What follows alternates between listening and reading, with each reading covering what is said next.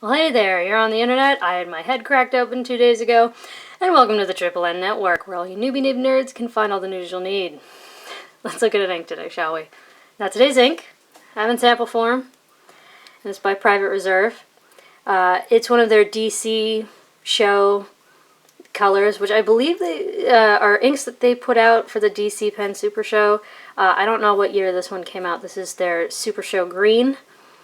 Admittedly, my camera is doing funny things with this green because it's somewhere between, it has some blue undertones and my camera has issues with light blue, but I shall fix it in post. So yeah, this is their green. I'm very familiar with their blue. Thought I'd try their green. All the tests were done in this JinHao X750 with its sort of standard, the nib that it comes with.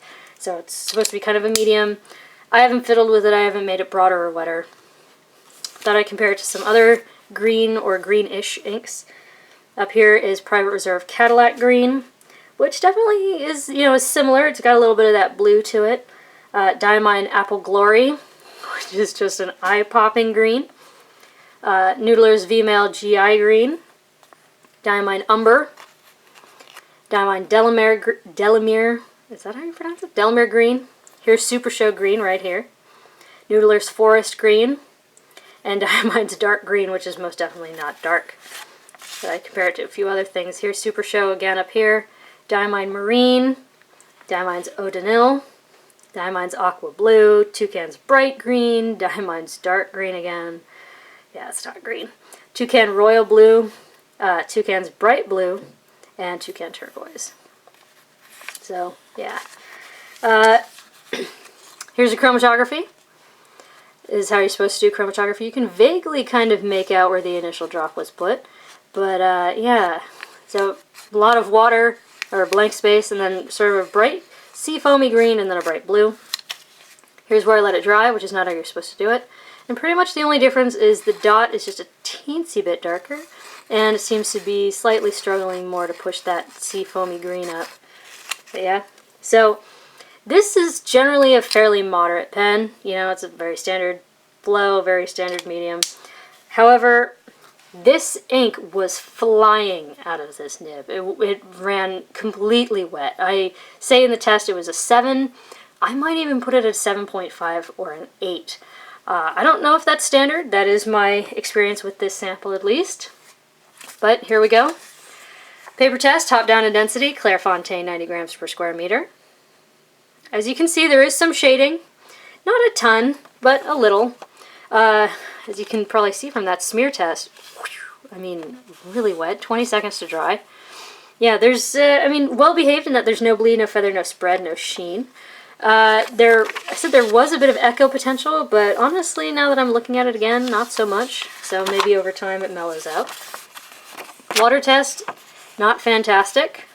The camera is turning it kind of neon, so ignore that. But did feather a bit. Or no, it didn't. It just kind of got very woolly. A lot of it washed away. It dyed the page. But if you had to, you could recover that. Next is Rhodia, where there was a bit of a problem.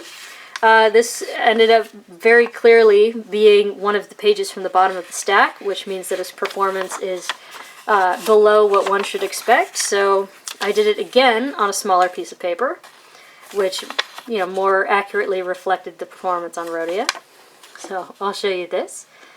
Yeah, as you can see, good shading. Took 10 seconds to dry. Again, you can see it's still pretty wet. It's, it's well behaved in that there's no bleed, no feather, no spread, no echo, no sheen. All very good in that regard. Water test, dyed the page a bit, good bit of it washed away, but a tiny bit is still there. I guess if you absolutely had to recover that, maybe you could. As you can tell, the difference is, you might be able to see there's bleed through in some areas, and Rhodia would not do that on most days, so yeah. Next up is Tomoe River Paper.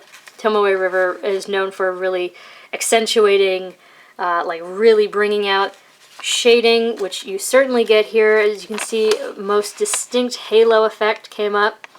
That dark outline around the wettest parts, you do get a good bit of shading. But as you can see how wet it was, not shocked that the dry times got into the mid 20 seconds. So Yeah, not great. And you don't expect bleed, feather, and spread on Tomoe River paper. It's great at resisting that, so you don't see it. There is no sheen, which this paper also tends to bring out, but there is a bit of echo. I don't know if this will come through with the light as bright as it is, but yeah, this paper is quite thin. Where you lay it on very thick, there is potential for echo.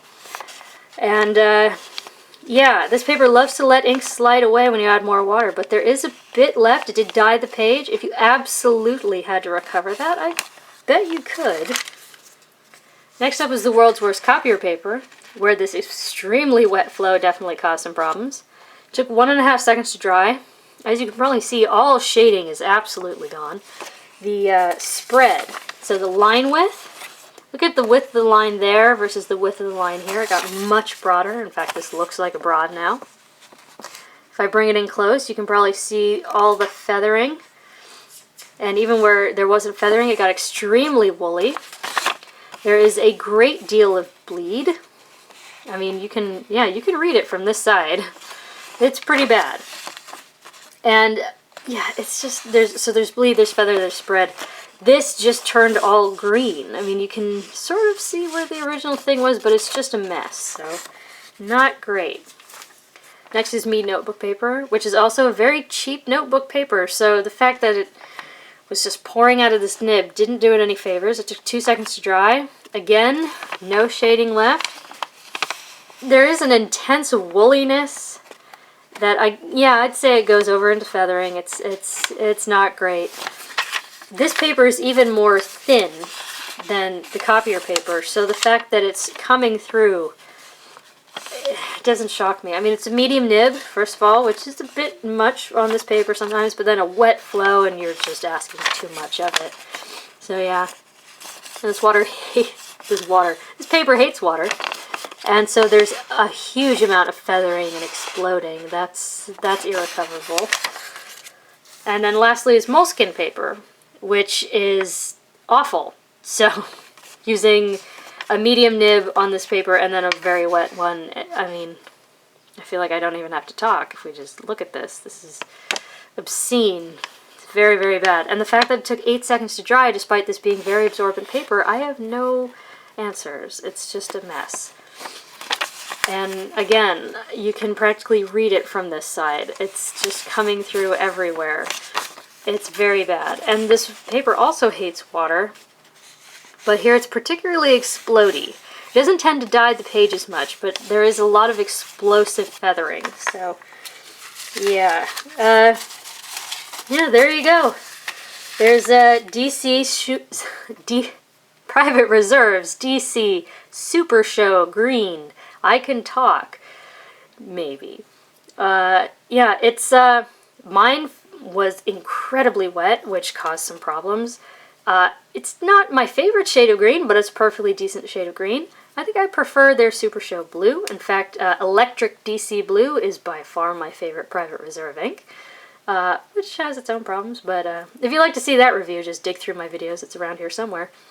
So, for your consideration from the Triple N Network, if you liked the video, please give it a thumbs up. If you'd like to see more, please subscribe to the channel. And thanks for watching. Bye.